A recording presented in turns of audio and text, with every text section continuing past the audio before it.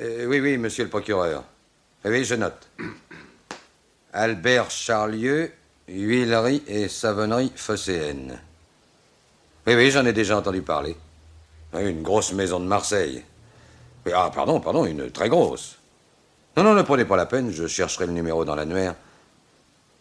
Oui, c'est entendu. Entendu, je vais envoyer l'inspecteur Guérin. Hein? Comment? Que j'y aille moi-même? Mais... Ah, vous avez promis. Bien, monsieur le procureur, je tâcherai de faire de mon mieux. Mes respects, monsieur le procureur.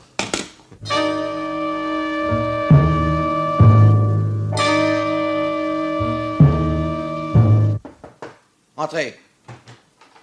Qu'est-ce que c'est, Yvette? Monsieur le commissaire Parent vient d'arriver. Ah! Entrez, je vous prie, monsieur le commissaire. Merci. Mais laissez-nous, Yvette.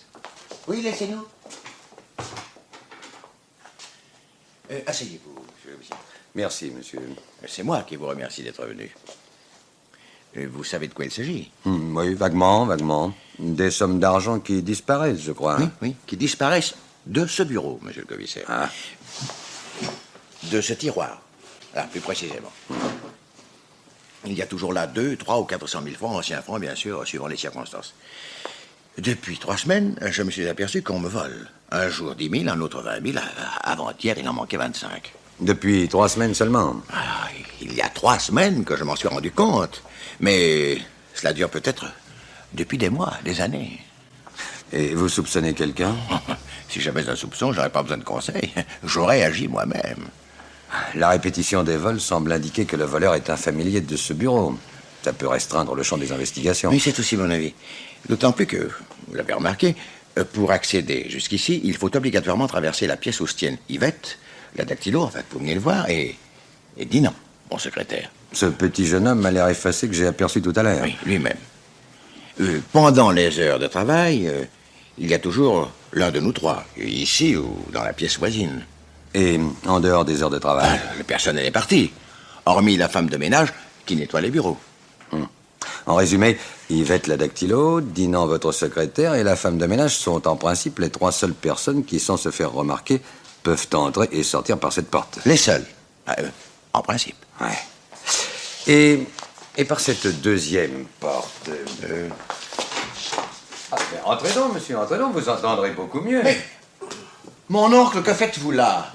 J'écoute à la porte, mon gars. À vrai dire, je n'entendais pas grand-chose. Excusez mon oncle, monsieur le commissaire, oui, c'est un original. Oui, mais dis que je suis gâteux puisque tu y es. Non, vous déformez mes paroles. Oui, les paroles s'envolent.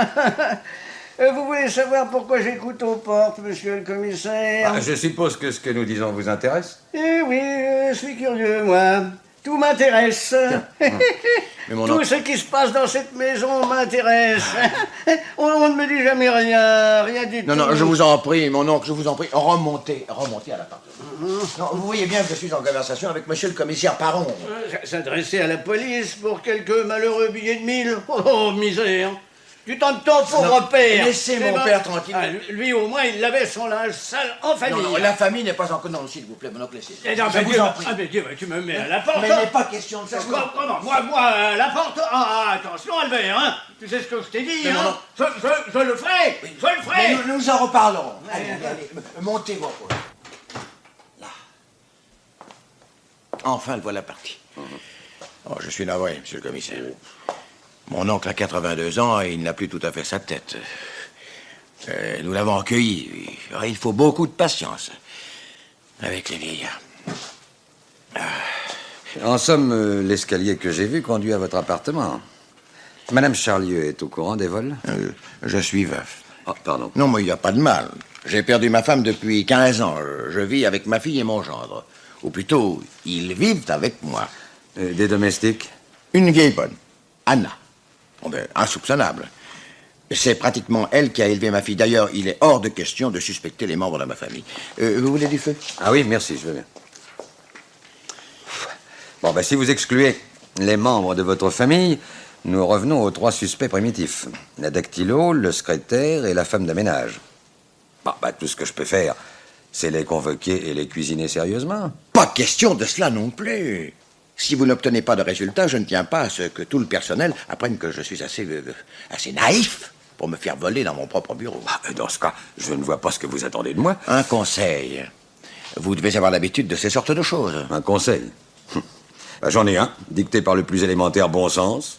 Fermez votre tiroir à clé. Oui, c'est idiot. Pardon? Non, je veux dire que ça ne résout pas le problème. Et puis, de toute façon, je veux être en confiance chez moi. Ça aussi, c'est une attitude dictée par le plus élémentaire bon sens. À qui avez-vous parlé de ces vols? Et à ma famille, uniquement. De sorte que vos employés ignorent que vous vous en êtes aperçu. Vous pouvez donc essayer de tendre un piège aux voleurs. En me cachant dans une armoire, peut-être? Non, en relevant les numéros des billets que vous laisserez dans le tiroir.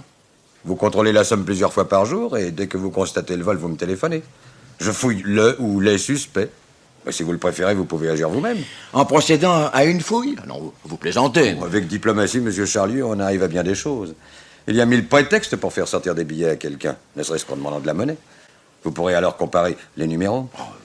Évidemment, la chose est faisable. À condition que le coupable ne se méfie pas. Croyez-vous que la présence ici, ce matin, d'un commissaire de police... Oh, vous savez, je reçois toutes sortes de gens. Ah. Bon. À propos, en dehors de vos employés et de moi-même, quelqu'un est-il venu dans ce bureau ce matin? Personne? Pourquoi donc? Pas une idée, comme ça. Non, sans intérêt. Tiens, vous avez là un magnifique cendrier. Ah oui, n'est-ce pas? Il me vient de mon père. De l'argent massif, joliment ciselé. Ah, vu de près, on se rend compte de la finesse. Oh! Oh, quel maladroit je fais. Mais non. Toutes les cendres sur votre moquette, ça, je suis Non, navré. non, laissez donc ça. Oh, quel maladroit. Tenez, là, le plus gros des dégâts Ça fait... est réparé. Ce n'est pas grave. Ah, permettez? Je vous en prie. Allô? Oui, un instant, j'ai du monde. Monsieur le commissaire, je vous demanderais bien d'attendre, mais ça risque d'être long. Non, ne vous dérangez pas pour moi. D'ailleurs, je m'en vais. Pardon, je vous accompagne. Non, ne prenez pas la peine, je connais le chemin. Au revoir, monsieur Charlieu. Au revoir. Et merci d'être venu. Il n'y a pas de quoi. Encore toutes mes excuses pour le cendrier.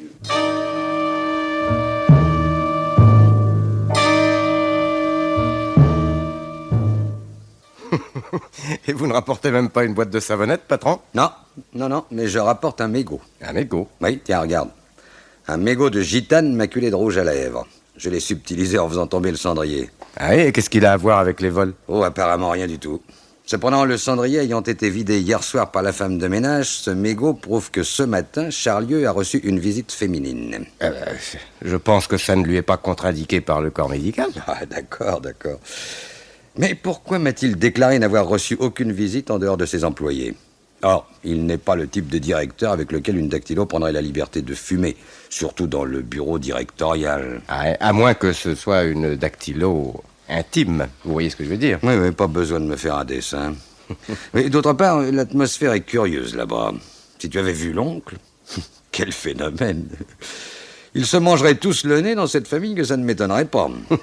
Et le mégot de gitane, qu'est-ce que j'en fais? Mets-le de côté. Il servira peut-être si Charlieu insiste pour que je découvre le voleur. Les visites féminines, très intimes, ça coûte cher parfois. Hein? À ton tour, tu vois ce que je veux dire. Je n'ai pas besoin de dessin non plus. Mais si Charlieu s'aperçoit que c'est sa visiteuse intime qui pioche dans la caisse, je doute fort qu'il vous fasse signe à ce moment-là. Bon, qui vivra verra. Et je t'assure que si je ne l'en vois plus, il ne me manquera pas. Oh, mais alors là, pas du tout.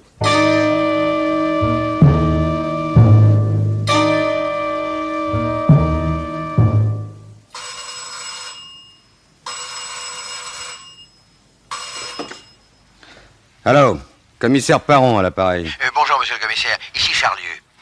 Les 500 000 francs que j'avais laissés dans mon tiroir depuis 2 jours ont disparu.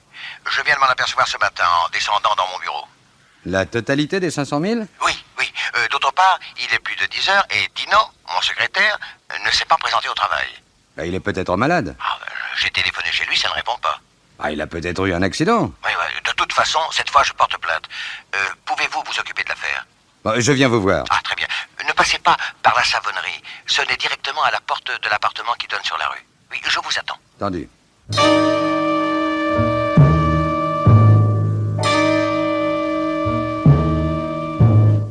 Hier après-midi, monsieur le commissaire, à 5 heures, l'argent était encore dans le tiroir, intact.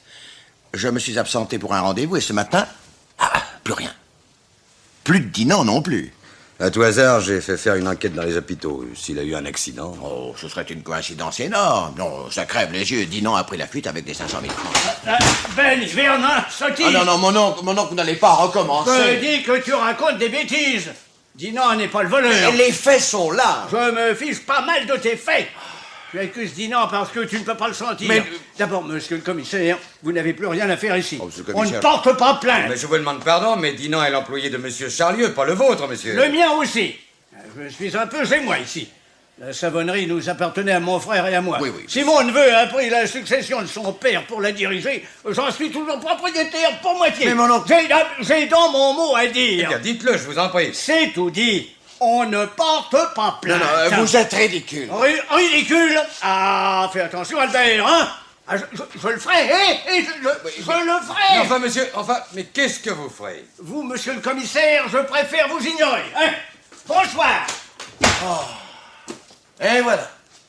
Voilà ce qu'il faut supporter à longueur de journée. Mais ne m'aviez-vous pas dit que vous l'aviez recueilli? Bah, et alors? Et d'ordinaire, quand on parle de recueillir une personne âgée, c'est qu'elle est sans ressources. Votre oncle, lui, me semble bien pourvu. N'empêche que je maintiens le mot. Sans mon père, d'abord, puis sans moi, il aurait sombré dans la débine. C'est mon père, et mon père seul, qui a fait fructifier la savonnerie. Mon oncle, lui, s'est toujours contenté d'empocher et de dilapider les bénéfices en menant une vie de bâton de chaise. Il ne s'est jamais, vous m'entendez, jamais intéressé une seule fois à la marche de l'entreprise. Et c'est maintenant qu'il voudrait se mêler de... Mais pourquoi s'acharne-t-il à défendre Dinan? Et une lubie de vieillard, l'attachement au passé. Non, voyez-vous, la mère de Dinan était déjà employée ici du temps de mon père. Son fils l'a remplacée quand elle a pris sa retraite. Mais votre oncle vous a reproché de ne pas aimer ce garçon. Non, on ne peut pas aimer un mauvais employé. Alors pourquoi le gardiez-vous? Mais encore à cause de mon oncle, oui, il l'imposait. Il me faut hélas tenir compte des caprices d'un copropriétaire dont l'agressivité ne vous a pas échappé. Mais à défaut du fils, on peut toucher la mère. Oh, mais elle est décédée l'année dernière. Et Dinan vivait avec elle depuis toujours. Il ne s'était pas marié. Je me demande si cette mort ne l'a pas déséquilibré. Ah, effectivement, s'il est le voleur. Non, pour moi, l'affaire est jugée. D'ailleurs, si vous l'arrêtez, avant qu'il n'ait eu le temps de se débarrasser de la somme, eh bien, comme vous me l'aviez conseillé, j'avais relevé les numéros des billets. Ah. Oui. En voici la liste. Bon, eh bien, elle pourra en effet nous être utile. Je disais donc que s'il est le voleur, Dinan a fait preuve d'un déséquilibre évident. Se mettre dans une situation pareille pour 500 000 francs... Car enfin, sa fuite le dénonce. Ah, il a peut-être perdu la tête en apprenant votre intervention. Je ne sais par qui, d'ailleurs. Ah, par votre oncle, peut-être. Papa. Oh, papa. Oui. Oh, pardon, je te croyais seule. Ma fille, Georgette. Madame. Oh, je m'excuse de vous déranger. Oui, qu'est-ce qu'il Notre y a oncle ne se sent pas bien. Oui, comédie. Oh, il n'est vraiment pas bien, papa. Je crains une nouvelle crise. Eh bien, donne-lui ses gouttes. Si on appelait le docteur Mais Peretti. non, il veut faire l'intéressant. Oh, je t'assure, Non, papa. ça suffit, mon petit, laisse-nous. Mais pourtant, le Mais médecin... j'ai dit laisse-nous, non, je parle français, non, je Ne t'en te prie. fâche pas, je croyais que... Au revoir, monsieur le commissaire. Au revoir, madame. Au revoir. Ah, si on les écoutait, le médecin serait toujours collé ici. De quelle affection souffre Parce que votre je suis oncle? malade, moi. Si mon oncle avait travaillé au lieu de se ruiner la santé... Non, mais de quelle affection j'ai consulté souffre-t-il? qu'une seule fois, moi, monsieur. Et encore parce que ma fille a insisté. Non, mais une s'il seule vous fois. plaît, de quelle affection souffre votre Oui, oncle? quelle affection qu'elle avait. Ah, oh, mon oncle. Oui. Oui, oh, le cœur. Oui. Comme tous les grands malades, il joue avec sa maladie. Vous permettez? Je vous en prie. Allô? Allô? Ah oui, il est là. Je vous le passe. C'est pas vous, monsieur le commissaire. Ah, pardon, de merci. la part de l'inspecteur Guérin. Merci. Allô? Oui, c'est moi. Hein? Ah bon? Tu y vas? Oui, le principal est de vérifier son identité avant tout. Tu dis sur la route de Rognac à l'étang de Berre. Bon, ben je te rejoins dès que possible. Dinan est arrêté? On n'arrête pas un mort, monsieur Charlieu. Un mort. On a retrouvé son corps sur la voie ferrée du côté de Rognac. Oh. Oui. On ne sait pas encore s'il s'agit d'un accident, d'un suicide ou d'un crime.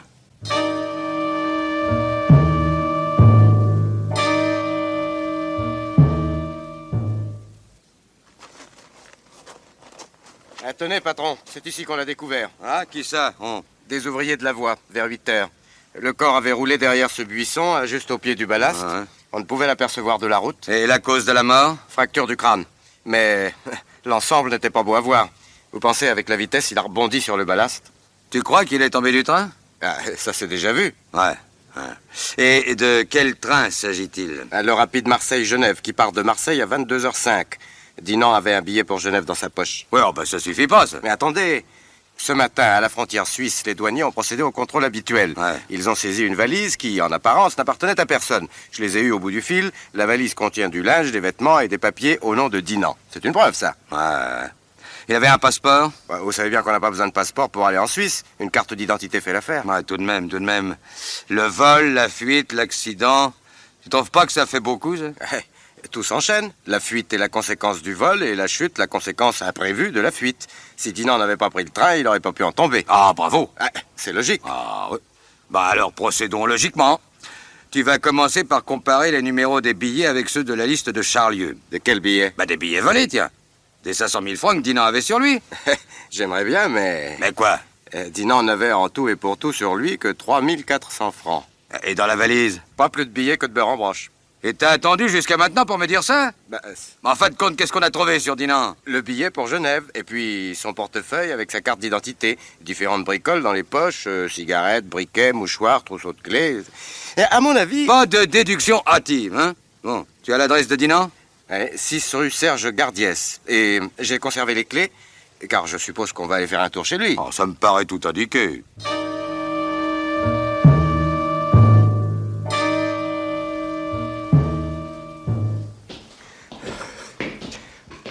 Ah, si seulement l'immeuble avait une concierge, on aurait pu avoir des tuyaux sur Dinan.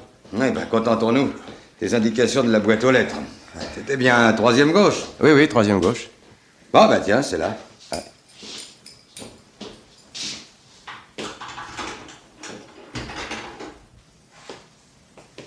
Voilà.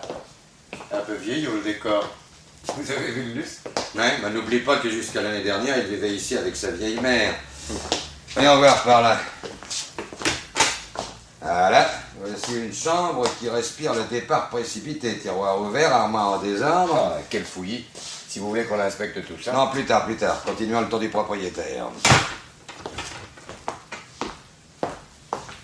La cuisine, aussi vieillot que tout le reste. Et la vaisselle devait pas être son fort. Tiens, tu mets de côté le verre, là. Là, celui qui porte des traces de rouge à lèvres. Ben, Guérin, où es-tu? Dans la salle à manger. Bon, tiens, tu enverras ce verre au labo. Une femme est venue ici. Et elle est encore là. Qu'est-ce que tu racontes? Regardez. Oh, la pauvre fille. Ah, ça, quand je l'ai vue là par terre, ça m'a flanqué un coup. Hein. Pas besoin d'être médecin pour faire le diagnostic. Elle est morte étranglée. C'était tout de même un beau salaud, ce Dinan. Et pourquoi l'a-t-il tué? Ben, nous allons peut-être l'apprendre. Tiens, ramasse le sac à main, là-bas, au pied du divan. Et vide le sac sur la table. Tiens, par ici, là. Ouais, plutôt maigre, la récolte. De la monnaie, un billet de 500, 2 de 1000. Vous voulez contrôler les numéros? Oh, inutile. La somme volée est en billet de 10 000. Ah oui, c'est vrai. Tiens, passe-moi plutôt ces deux clés, là, que je compare. Ah. Oui. Oui, ce sont celles-ci. Eh ben, elle avait ses entrées chez Dinan. Ça lui a pas réussi. Et celle-là de clé? Bon, la sienne, probablement. Ensuite? Un mouchoir, un tube de rouge, enfin, tout le bric-à-brac féminin, quoi. Un peigne, un paquet de gitanes. Des gitanes, patron. Des gitanes. Le mégot taché de rouge à lèvres que vous avez rapporté de chez Charlieu, c'était un mégot de gitane? Ouais, bah t'excites pas. Il y a bien quelques milliers de Français qui fument cette marque. Des hommes, oui, mais des femmes, c'est moins courant. Et ça serait moins courant encore si le rouge à lèvres était le même. Tu as conservé le mégot de l'autre jour? Ah, bah, bien sûr. Bon, eh ben, t'envoies tout ça au labo. Avec le verre, hein. Ah, tout ça s'enchaîne très bien. Le vol, le meurtre, la fuite. Oui, et les 500 000 francs. Où sont-ils passés? Ah oui, ça, en effet, là, il y a un mystère. Oui.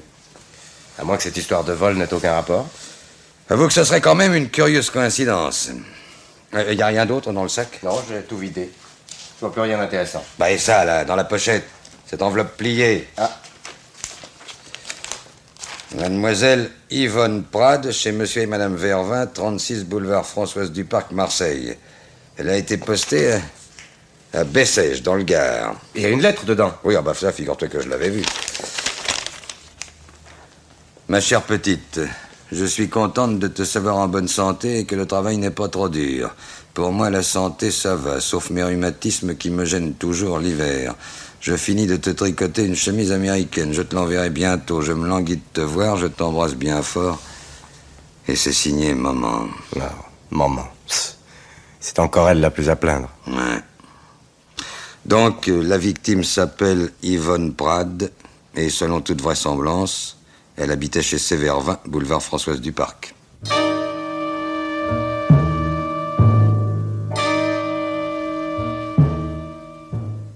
Madame Vervin, s'il vous plaît. C'est moi, monsieur. Je suis le commissaire Paron de la Sûreté nationale. Ah, très bien. Ma visite n'a pas l'air de vous surprendre, madame. Oh, je ne dis pas que j'attendais votre visite, monsieur. Cependant, après tout ce qui s'est passé, je vous demande d'excuser le désordre de ce salon. Je suis en panne de bonne. Ah, aujourd'hui, les gens en prennent à leur aise.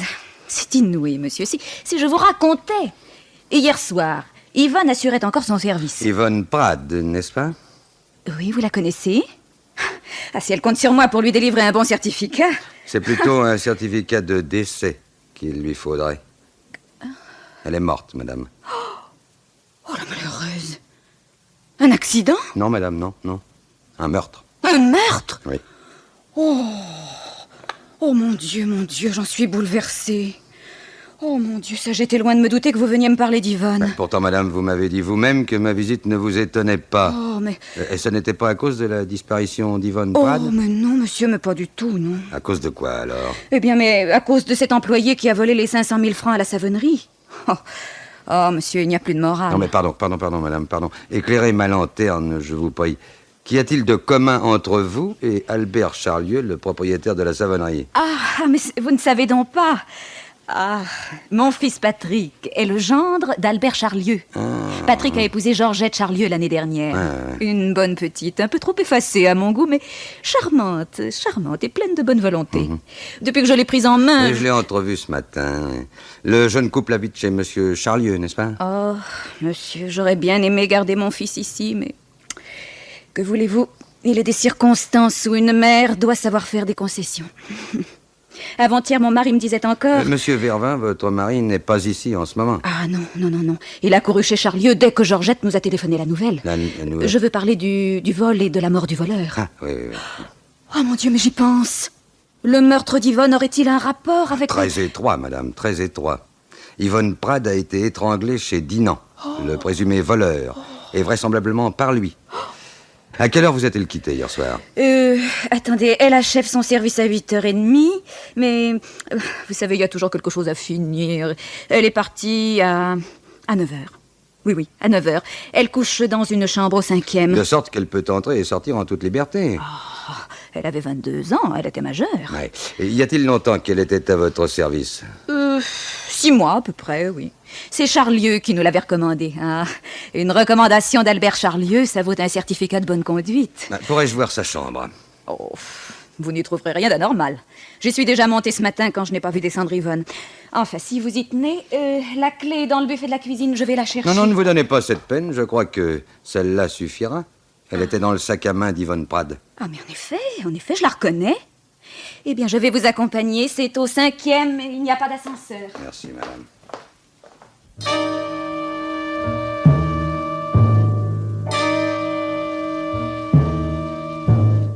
Vous verrez, la chambre est propre. Yvonne, elle est une fille très ordonnée. Voilà, c'est ici. Attendez. On dirait qu'il y a quelqu'un dans la chambre. Bonjour, jeune homme. Patrick? Mais qu'est-ce que tu fais là? Tu le vois bien, je suis monté pour voir si Yvonne était rentrée. Oh, mon fils dans la chambre de la bonne? Tout s'en supplie, maman, ne fais pas de roman feuilleton. Enfin, je monte avec monsieur le commissaire et... Vous êtes sans doute le commissaire Parent. Enfin, tu vas quand même m'expliquer. Mais il n'y a rien à expliquer. Je vous en prie, madame, je vous en prie, veuillez nous laisser, s'il vous plaît. Enfin, je suis la mère, tout de même. Et moi, je suis le commissaire de police. Je vous demande instamment de me laisser seul avec votre fils. Bien. Puisqu'on me met à la porte, je m'en vais. Bon, maintenant que nous sommes seuls, à mon tour de vous poser la question. Que faites-vous là? J'ai déjà répondu à ma mère, je venais voir si Yvonne était rentrée. Ah non, mon petit gars, non, pas à moi, hein. Des raisons de ce genre, c'est bon pour une mère, pas pour un policier. D'abord, où avez-vous pris la clé? Dans le buffet de la cuisine. Quand? Il y a 10 minutes environ. Vous n'étiez pourtant pas là quand j'ai sonné chez vos parents. Et quand je suis rentré, vous étiez dans le salon. Et vous m'avez entendu annoncer le meurtre d'Yvonne Prade. Et vous avez pensé, avec juste raison, que je viendrais visiter sa chambre. Et vous avez voulu la visiter avant moi, hein? Pourquoi? Une envie comme ça de jouer au détective. Oui, quel âge avez-vous? 25 ans. Et moi, j'en ai 50. Bah, je vois pas ce que vous voulez dire. Je veux dire que ça n'est pas aux vieux sages qu'on apprend à faire des grimaces. J'ai pas de temps à perdre, moi. Si vous continuez à jouer les imbéciles, je vais aller trouver la petite Georgette et le beau papa Charlieu. Et je leur dirai que je vous ai surpris en train de fouiner ici, hein, ça leur fera plaisir. Écoutez, monsieur le commissaire... Tandis que si vous me parlez franchement, je vous promets le maximum de discrétion. Bon, alors que cherchez-vous ici? je sais pas où je Ah suis. non, non, non, hein, ça va pas recommencer. Laissez-moi finir. Depuis un certain temps, je me suis rendu compte... Un instant, s'il vous plaît. Non, je voulais m'assurer que ma mère était bien descendue. C'est votre mère que vous craignez? Non, pas pour moi. Pour mon père. Enfin, bref, je me suis rendu compte que lui et Yvonne... c'était une belle fille. Et pas farouche. Ouais, ce sont des choses qui arrivent. Oui, alors j'ai pensé que s'il y avait un objet, enfin... quelque chose de compromettant, il valait mieux que ce soit moi qui le trouve. Et vous avez trouvé? Rien du tout. J'ai pas eu le temps de bien fouiller. Bon, nous continuerons ensemble tout à l'heure. Vous m'avez dit être rentré pendant que nous étions au salon, votre mère et moi. Oui. Vous possédez donc encore la clé de l'appartement de vos parents? Ah oui, qu'est-ce que ça a d'extraordinaire? Rien, rien. Et que veniez-vous faire? Chercher un dossier que mon père avait oublié. Et mon père est agent de publicité, je travaille avec lui. Vous ne travaillez pas ici? Oui, nous avons un bureau sur la Canebière. Ouais. Monsieur le commissaire, je vous présente mes salutations. Je suis Étienne Vervin. Enchanté. Enchanté, monsieur. Cette histoire est abracadabrante, mais que voulez-vous? Nous n'y pouvons rien. Patrick, ta mère vient de me dire... ton attitude est incompréhensible. Mais maman dramatise tout, tu le sais bien. Oui, ça c'est vrai, c'est vrai. Voyez-vous, monsieur le commissaire, ma femme est une hypersensible. Oui, mais il n'y a pas là de quoi fouetter un chat.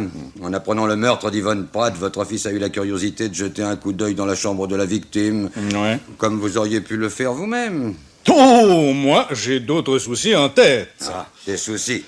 Et de quel ordre? Le travail, cher monsieur. Nous préparons une campagne publicitaire pour les produits de la savonnerie. C'est harassant. Harassant et passionnant à la fois. Oui, je vois déjà l'affiche, une pin-up en bikini, il n'y a plus que ça qui tire l'œil maintenant. Hein. Une savonnette dans une main, le slogan dans l'autre, lavez-vous bien, lavez-vous mieux. Mais tout ça n'intéresse pas monsieur le commissaire, papa. Dans un certain sens, si. Justement, à cause de cette campagne publicitaire, vous deviez être en relation avec Dinan? Nous nous rencontrions, en effet, souvent. À la savonnerie, bien entendu. Oui, bien entendu. C'est un garçon effacé, plutôt timide, qui ne se livrait pas volontiers. Ouais. On se moquait un peu de lui dans la famille. Georgette Mabru, en plaisantant, l'appelait son amour. Tu exagères, papa. Mais c'est pas méchant. Non, monsieur le commissaire, ne croyez surtout pas que... Dinan avait 10 ans de plus que ma femme. Et sa mère était une vieille employée de la savonnerie. Et il y venait souvent. Il a vu grandir Georgette. Oui, Et il avait pour elle un attachement... comment je dirais... Fraternel. Oui. Voilà, vous avez dit le mot fraternel. Ouais, fraternel. Oui, surtout ne parlez pas de ça à Charlieu. Hein. Avec le caractère qu'il a, celui-là. Ah, c'est qu'il n'a pas l'air commode, hein? À qui le dites-vous? Quand je l'ai quitté tout à l'heure, il était furieux. Elle a pensé que les journaux allaient s'emparer de l'affaire. C'est pourtant de la publicité, ça, cher monsieur, hein? Ah, mais une peur du scandale, une peur maladive. Et encore ignorait-il à ce moment-là le meurtre d'Yvonne. Oui, à propos, Madame Vervin m'a dit que c'est lui qui vous l'avait recommandé. Comment l'avait-il connu? Oh, m'en demandez trop. Tu sais ça, toi, Patrick? Non, je me suis pas intéressé à la chose. Je pourrais lui demander. Non, merci, mais je vous quitte pour aller chez lui. Je le lui demanderai moi-même.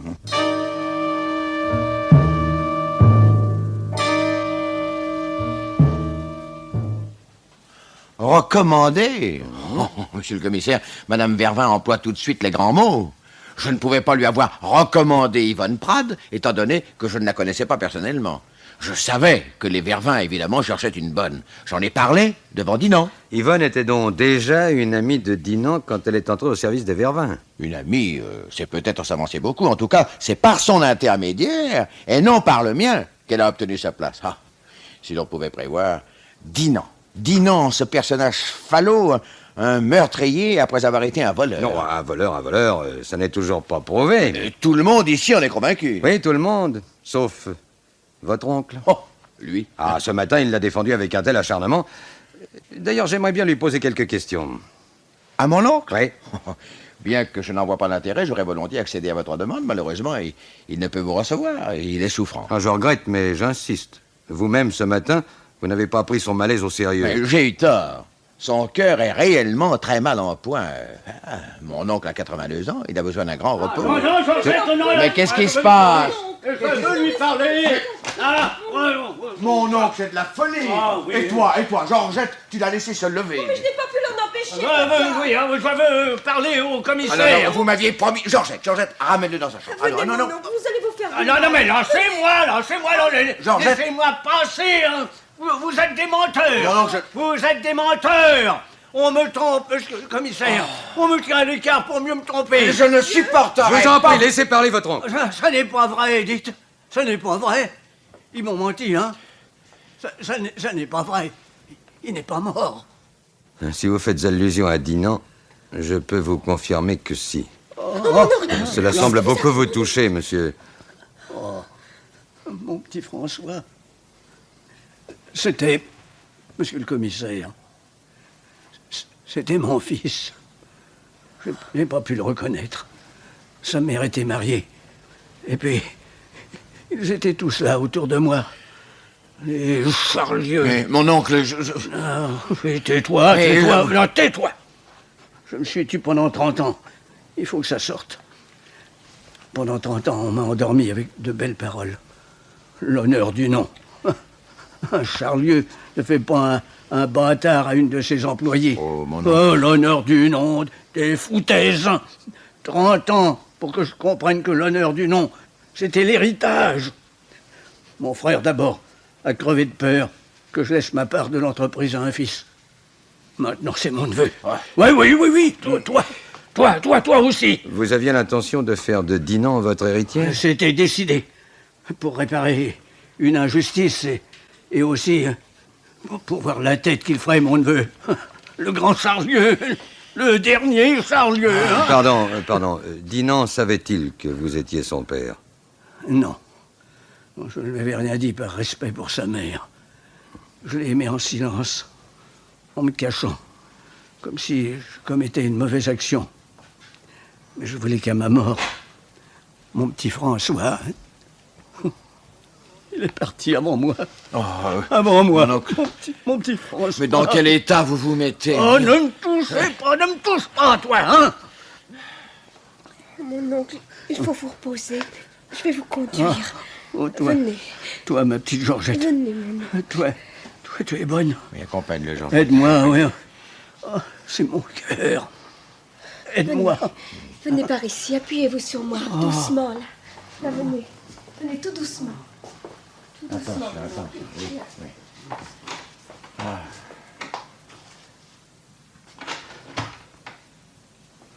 Eh bien, monsieur Charlieu, je vois que la mort de Dinan vous tire une belle épine du pied. Je ne vous permets pas, monsieur. Je ne Vous savez, hein. Au point où en sont les choses, il n'est plus question de permission.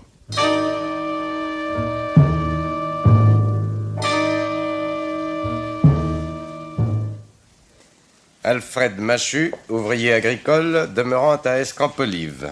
Exact? Oui. Hier soir, vous êtes allé au café de la Poste à Escamps-Olive et vous avez payé une tournée avec un billet de 10 000 francs. Exact? Oui. Or, patron, le cafetier qui venait justement de lire le journal du soir sur lequel on a fait publier la liste des billets volés, le cafetier a reconnu le numéro. Il a averti les gendarmes qui se sont rendus chez Machu et ils ont retrouvé le reste de la somme cachée sous le matelas. Je vous le jure, c'est pas moi qui ai tué le type. Je l'ai dit aux gendarmes. Ils ont pas voulu me croire. Quel type? Le type qui était derrière les tamaris, juste au pied du ballast. J'ai cru d'abord que c'était un clochard qui dormait. Il faisait nuit. Oui, pas si vite, là. Commençons par le commencement. Il faisait nuit et le corps était derrière les tamaris. Oui. Oui, donc tu n'as pas pu l'apercevoir de la route. Et je revenais de Rognac à bicyclette. On avait fêté le baptême de mon neveu. Il se faisait tard, alors je me dépêchais de rentrer. On avait bien bu et bien mangé. Et tout à coup, il me prend... Vous savez ce que c'est, quoi? Il y a des fois, commissaire, où il faut s'arrêter. Oui, bon, passons. Alors, tu quittes ta bicyclette. Et oui, dans le fossé, je me faufile derrière les tamaris à cause des phares de voiture. Et alors, là, je suis tombé sur le type. Et quand j'ai vu qu'il se réveillait pas, j'ai gratté une allumette.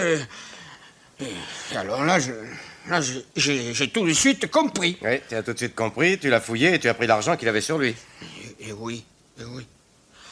Dites, c'est grave, je risque beaucoup. C'est moi qui pose des questions. Quelle heure était-il? 9 heures, pile. Ah, parce que tu as regardé l'heure. Non, j'ai pas de montre, non, mais j'ai entendu sonner 9 heures à l'église des Scampolives. Et ça, je peux le jurer. 9 heures. Dis donc, Guérin, 9 heures. Ça ne te dit rien? Hein? Vous prenez au dépourvu, là. Et si Dinan était déjà mort à 9 heures? Il n'a pas pu tomber du train qui part de Marseille à 22h05? Il aurait donc pris un train plus tôt, alors. Mais non, puisque sa valise était bien dans le rapide de 22h05. Et c'est pas lui qui a pu l'y mettre. Il n'a pas pu non plus étrangler Yvonne, qui, à 9h, était encore chez ses patrons. Oh là! Vous voulez dire Que la valise dans le train et le cadavre au pied du ballast font partie d'une mise en scène. Il y a une mise en scène organisée par un tiers pour accréditer la version de la fuite et de l'accident. Tu saisis? C'est lumineux. Dinan aurait été assassiné. C'est pas moi, je vous le jure. C'est pas moi. Toi, fiche-nous la paix, hein? Mais... Non, ça va.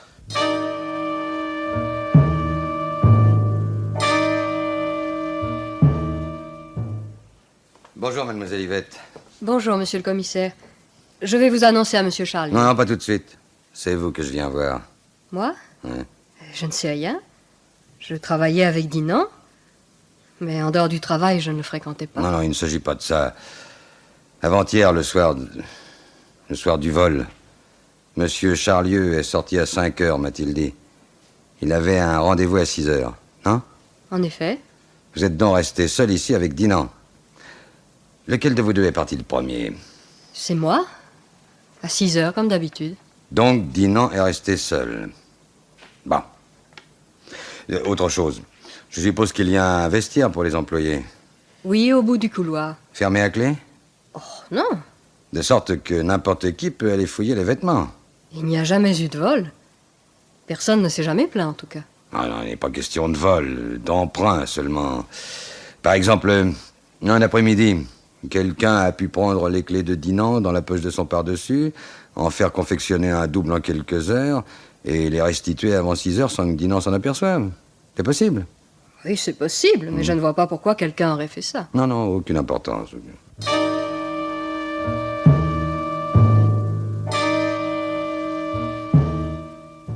Vous savez que j'avais raison. Le labo a comparé les rouges à lèvres. Celui du mégot est le même que celui d'Yvonne Prade. La même marque de cigarette, le même rouge. Le même aussi qui a laissé des traces sur le verre? Ah là non, c'en est un autre. Le labo a même pu en identifier la marque, tandis que le premier, celui d'Yvonne, s'achète un peu partout, l'autre est beaucoup moins courant. Et les empreintes sur le verre? Ah, là encore, mystère. Il y a celle de Dinan. Oui, c'est normal. Puis une série d'autres empreintes qui n'appartiennent pas à Yvonne. Sous ces dehors de père tranquille, Dinan était peut-être un Casanova. Au point où il en est maintenant.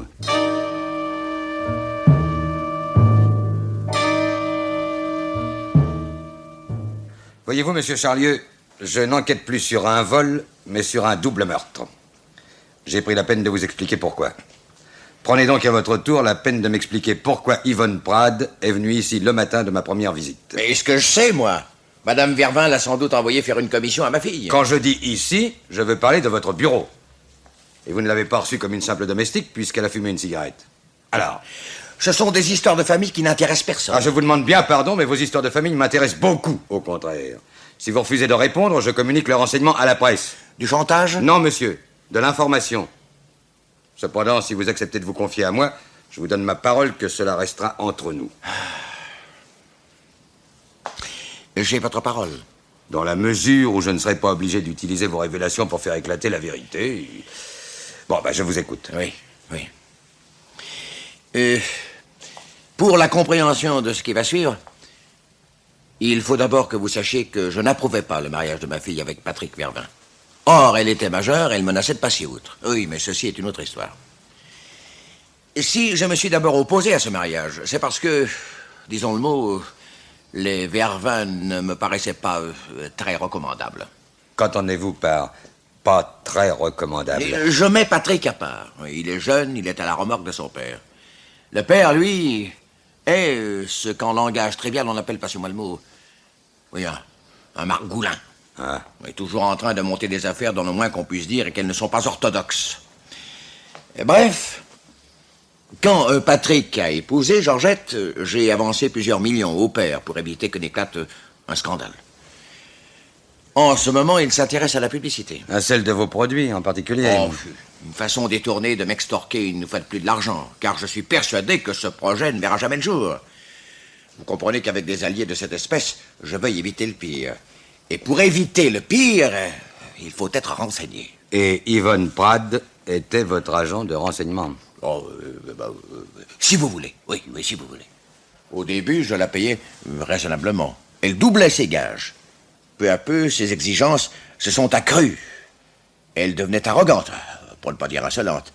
Oui, la dernière fois, elle s'est même permis de fumer une cigarette en posant des conditions si exorbitantes que je l'ai congédiée. Purement et simplement. C'est-à-dire? Je lui ai signifié que je n'avais plus besoin de ses services. Vous n'avez pas craint qu'elle se venge en mettant Vervin au courant? Elle aurait perdu sa place. Elle en avait besoin pour vivre. Ce qu'elle faisait n'était pas beau à voir. Ce que vous faisiez non plus, monsieur Charlieu.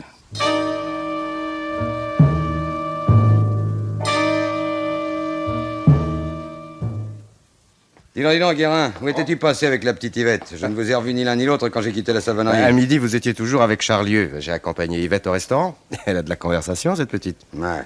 Ça m'a coûté un apéritif et un café, mais je n'ai pas perdu mon temps. Dans quel sens l'entends-tu? Dans le bon sens, patron. D'abord, elle n'utilise pas le même rouge à lèvres que celui qu'on a retrouvé sur le verre. Je vous ai dit que ce n'était pas une marque courante. Quand je lui en ai parlé, elle s'est tout de suite écriée « Oh non, c'est trop cher pour moi, c'est bon pour la fille du patron. » Tu veux dire que Georgette... Exactement. Yvette, et elle s'y connaît, m'a affirmé que la fille de Charlieu emploie cette marque. Vous allez me dire que ça ne signifie rien. Ça peut signifier quelque chose si les empreintes relevées sur le verre sont les siennes. Tu vas la convoquer. C'est déjà fait. Elle va arriver d'un moment à l'autre. Ah, bravo, Guérin. Ça, je te tire mon chapeau. Vous pouvez le tirer une seconde fois, alors. Ah, mais si ça en vaut la peine. Vous jugerez. Voici le livret de caisse d'épargne qu'on a retrouvé dans la valise. Vous savez, celle qui était dans le train. Oui. Regardez la dernière opération. Elle remonte à 3 jours. Et le soir même, Dinan était assassiné. Oui, j'y suis. Avoir 8125 nouveaux francs. Retrait 8000 nouveaux francs. Nouvel avoir 125 nouveaux francs. 800 000 anciens francs retirés le jour de sa mort. Qu'est-ce qu'ils sont devenus, je vous le demande. Allô, oui? La fille de Charlieu vient d'arriver. Qu'on la fasse monter. Faites monter. Merci. Pour en revenir aux 800 000 francs, j'ai tout de suite pensé à Machu, le type qui a délesté le cadavre des 500 000. Oh, ça m'étonnerait. Les gendarmes auraient trouvé tout le magot à la fois. Ah, ce n'est pourtant pas à exclure. Tiens, va ouvrir. Oui. Entrez, madame. Ah, non, monsieur, madame seulement. J'ai tout de même le droit d'accompagner ma femme, non? Ah, monsieur Patrick Vervin, vous avez tous les droits. Sauf celui de vous imposer dans ce bureau. Je désire parler à votre femme en particulier. Oh, je vous en prie, monsieur le commissaire. J'ai rien à cacher à mon mari. C'est moi qui ai insisté pour qu'il m'accompagne. Cependant, madame, je préférerais, je vous assure... Oh, je veux qu'il n'y ait aucune équivoque entre mon mari et moi. Je ne consentirai à répondre à vos questions qu'en sa présence. Dans ce cas, vous l'aurez voulu. Asseyez-vous. Merci, monsieur le Avance commissaire. des chaises, Guérin. Voilà. Pardon. Voilà. Voici de quoi il s'agit. J'ai des raisons de croire, madame, que dernièrement, vous avez rendu visite à Dinan chez lui. Si je me trompe, je vous prie de m'en excuser, mais comme nous avons relevé chez Dinan une série d'empreintes sur un verre maculé de rouge à lèvres, je vous serai obligé de bien vouloir nous donner les vôtres. Naturellement, si vous reconnaissez le fait, cette formalité ne sera pas nécessaire. Vous ne vous trompez pas. Je suis effectivement allée chez Dinan, il y a 4 jours, la veille de ce malheureux événement. Oui, en plein accord avec moi, monsieur le commissaire. Nous avions un service à lui demander. Un service de quel ordre? Un emprunt. François, je l'appelais François, et nous étions camarades d'enfance. François m'a toujours porté une grande affection. Oui, je sais, votre amoureux. Oh, ne vous méprenez pas. Oh, ne craignez rien, cher monsieur, je connais la valeur des mots. Cet emprunt n'était-il pas de 800 000 francs? Oui, n'est-ce pas? C'était tout ce que François possédait d'économie. Enfin, quelques francs près. Il n'a pas hésité une seconde. Le lendemain matin, il a pris 1 heure pour aller les retirer à la caisse d'épargne. Il était si content de me rendre service. Il n'a pas voulu que je lui signe de reçu. C'était un chic type, oui. Oh, oui. Oui, un chic type. Et pourquoi faire cet argent? Je pourrais vous répondre que cela ne concerne pas l'enquête. Je t'en supplie, Patrick. Nous sommes venus ici pour dire la vérité. Mon père avait besoin de cette somme pour une échéance difficile. Georgette n'osait pas taper son père qui était assez monté contre le mien. Nous avons pensé à Dinan. C'était une affaire de quelques jours. Et maintenant qu'il est mort, c'est une affaire d'éternité. Dites tout de suite que nous l'avons tué pour 800 000 francs. Oh, personne n'a jamais insinué une chose pareille. D'autant plus qu'il vous était facile de récupérer cette somme peu à peu. 10 ou 20 000 francs, les uns après les autres, sans que ça se remarque. Je ne comprends pas. Oh, faites un effort. Papa Charlieu est dur à la détente. Vous avez un continuel besoin d'argent. Il y en a toujours dans le tiroir du bureau. Et au bureau, on y accède facilement par l'escalier intérieur. Rien ne vous autorise. Oh, allons, ça restera entre nous. Hein. Votre épouse vous l'a dit, vous êtes ici pour avouer la vérité. Toute la vérité. Ce n'est pas Patrick qui prenait l'argent dans le bureau de mon père. C'est moi. À la bonne heure. Pour mon père, 10 ou 20 000 francs de plus ou de moins. Mais pour les 500 000, ah non, ça c'est pas moi. Je n'aurais pas été assez bête pour prendre une aussi grosse somme d'un seul coup. Ah, bah ça je vous crois sans peine. D'autant plus que tout le monde savait dans la famille que M. Charlieu s'était aperçu des vols et qu'il avait fait appel à la police. C'est ça qui a donné à l'assassin l'idée de commettre un crime qu'il croyait parfait. On a tué Dinan, un peu à cause de vous. Vous n'êtes pas charitable. Et vous? Avez-vous été charitable envers Dinan? Personne n'a jamais été charitable envers lui. Hormis votre oncle, peut-être. Et encore. Quand je me demande si dans son intention de lui léguer l'héritage, il n'entrait pas davantage un désir de vengeance à l'égard de son neveu. À propos, comment va-t-il? Mon oncle? Oui. Oh, pas très bien, hélas. Le médecin a recommandé un repos complet.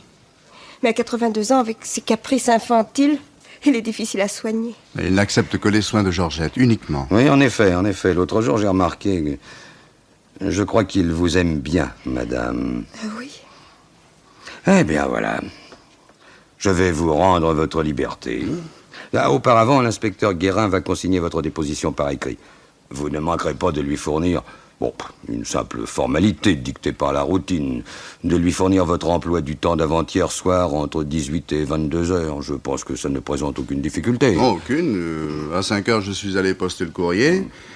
J'ai fait ensuite un saut en ville pour voir les résultats sportifs. Je suis rentré vers 8 heures et nous avons dîné en famille, ma femme, mon beau-père et l'oncle. Et après le dîner? Je suis retourné au bureau pour travailler à la mise en route de notre campagne publicitaire. Vous êtes rentré à quelle heure? À 10h30. Je lisais encore au lit quand Patrick est revenu. Après le dîner, au bureau, votre père était avec vous? Mais non, j'étais seul. Ah, dommage. Mais pourquoi dommage? Mais à quoi riment tous ces sous-entendus? Si vous m'accusez, dites-le franchement, je n'aime pas vos manières. Oh, voyons, Patrick, je t'en prie, calme-toi. Monsieur le commissaire se renseigne, c'est bien normal. Mais il me traite comme un criminel. Oh, loin de moi cette pensée. Vous avez du travail.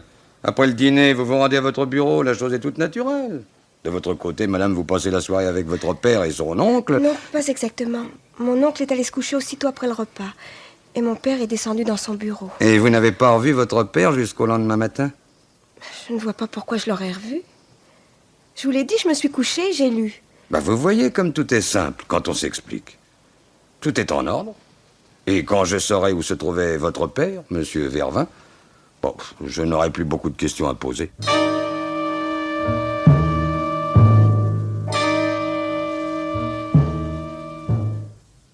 Je voudrais bien croire, monsieur Vervin, que vous étiez à votre bureau après le dîner. Malheureusement, votre fils m'a affirmé qu'il s'y trouvait seul. Ouais.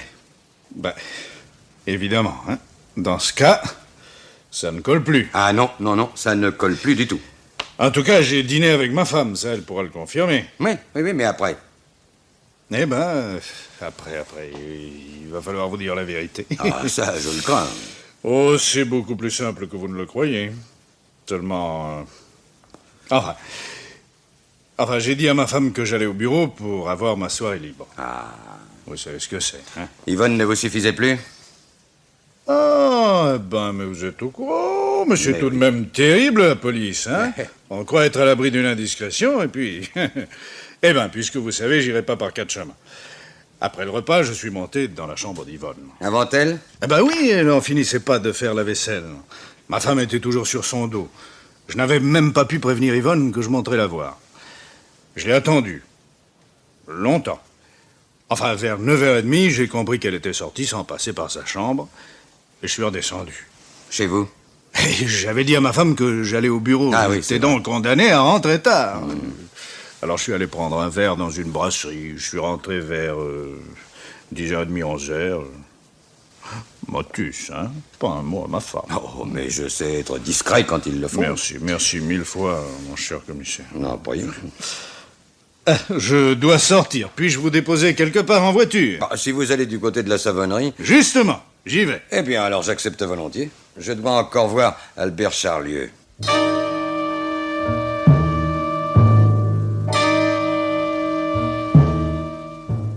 Monsieur Charlieu, votre fille m'a déclaré que vous étiez descendu dans votre bureau aussitôt après le repas du soir. Mais c'est exact. Or, vous ne vous êtes aperçu du vol des 500 000 francs que le lendemain matin. Quoi d'étonnant? Je n'étais pas continuellement en train de compter. Je n'ai pas ouvert ce tiroir avant le lendemain. Voilà tout. D'ailleurs, tout ceci n'a qu'une importance secondaire. C'est votre avis, pas forcément le mien. Excusez-moi, mais en ce moment, la santé de mon oncle me préoccupe plus que la découverte du criminel. Ah oui, au fait, comment va-t-il? Mal. Le plus pénible, c'est qu'il le sait. Il a demandé à voir son notaire. Et selon vous, en faveur de qui va-t-il tester? Et en faveur de ma fille, sans aucun doute, puisqu'il ne peut plus rien laisser à Dinan. C'était à prévoir. Elle est la seule ici pour laquelle il ait de l'affection. Ainsi donc, l'héritage ne sortira pas tout à fait de la famille. En somme, la mort de Dinan est venue à son heure. Juste à temps. Non, monsieur le commissaire, je vous dispense de vos appréciations. Contentez-vous de mener votre enquête. Mais mon enquête est terminée, monsieur Charlieu. Il suffit d'un simple raisonnement pour confondre le coupable. Mais... Oui, monsieur, oui, d'un simple raisonnement.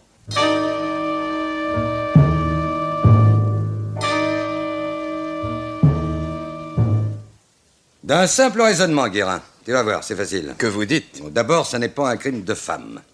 Assommer Dinan, le mutiler, transporter le cadavre, étrangler ensuite Yvonne... Enfin, je n'insiste pas. Ah, donc l'assassin est un homme? Oui, merci. Un homme qui doit répondre à plusieurs conditions. Premièrement, le mobile. Il est évident qu'on a tué Dinan à cause de l'héritage. Jusqu'à preuve du contraire, oui. Et là, nous avons 3 suspects. Albert Charlieu, qui ne veut pas que l'héritage sorte de la famille. Patrick, qui sait, comme tous les autres, que l'oncle fera de Georgette sa légataire universelle. Et pour la même raison, le père de Patrick. Jusque-là, je vous suis. Le père Vervin sait que si Georgette hérite, ce sera en fait son fils qui touchera les bénéfices, et toute la famille Vervin en profitera. Donc les 3 hommes ont un mobile. Vous pouvez continuer. Passons aux autres conditions. L'assassin doit être un familier de la Savonnerie. Les 3 hommes le sont. L'assassin ne doit pas avoir d'alibi. Là, je vous arrête. Les 3 hommes en ont un. Du moins pour l'heure du dîner. Astuce supplémentaire de l'assassin que sa présence au repas du soir. En réalité, il commet son crime en 2 temps. Sous un prétexte quelconque. Une question de travail s'il s'agit de Charlieu, par exemple. Ou bien sous le prétexte de lui rembourser les 800 000 francs s'il s'agit des 2 autres. L'assassin a fixé rendez-vous à Dinan après le travail. Il le fait monter dans sa voiture. Mais chacun des 3 hommes a sa voiture. La voiture sort rapidement de Marseille par l'autoroute. Il fait nuit. On s'écarte dans un chemin isolé. Assommer Dinan, le mutiler, etc. ne nécessite que quelques minutes. Quelques minutes encore pour regagner la route nationale et déposer le cadavre au pied du ballast. Tu l'as remarqué? Et si tu ne l'as pas remarqué, je te le dis. L'endroit où a été trouvé le corps n'est pas à plus de 25 km du centre de Marseille. Ouais. L'assassin a donc largement le temps de revenir à la table familiale pour 8 heures. Ouh là là, se mettre à table après ça, il manquait pas d'estomac, si on peut dire. Je n'irai pas jusqu'à jurer qu'il a eu beaucoup d'appétit. Et quoi qu'il en soit, c'est seulement après le dîner qu'il se rend à l'appartement de Dinan. Objection levée, les 3 hommes n'ont pas d'alibi. Mais ça ne résout pas le problème. Attends un moment. Monsieur Charlieu, s'il vous plaît. Monsieur le commissaire, je suis un citoyen respectueux des lois. C'est pourquoi j'ai répondu à votre convocation. Mais je vous prierai d'être bref. Mais telle est mon intention, monsieur. Je ne vais vous poser qu'une seule question. Saviez-vous que votre fille avait emprunté 800 000 francs à Dinan? Quoi? Ma fille? À Dinan? Monsieur le commissaire, c'est une absurdité. C'est la vérité. Insensé. Ma fille? Quelle honte. Croyez bien que j'ignorais. J'en suis convaincu, mais je voulais vous l'entendre dire. Je suis persuadé que vous n'auriez jamais admis cela, et c'est pourquoi votre fille vous l'a soigneusement caché. Or, l'assassin, lui, devait nécessairement savoir que Dinan avait vidé son livret de caisse d'épargne. Sinon, la mise en scène n'aurait pas tenu debout. Pour avoir dérobé 500 000 francs, un voleur ne prend pas la fuite en laissant derrière lui 800 000 francs d'économie. Et qui connaissait ce détail? Patrick et son père. Comment? Ils seraient donc complices? Mon gendre aurait... 1 minute, s'il vous plaît. Entrez, messieurs. Patrick!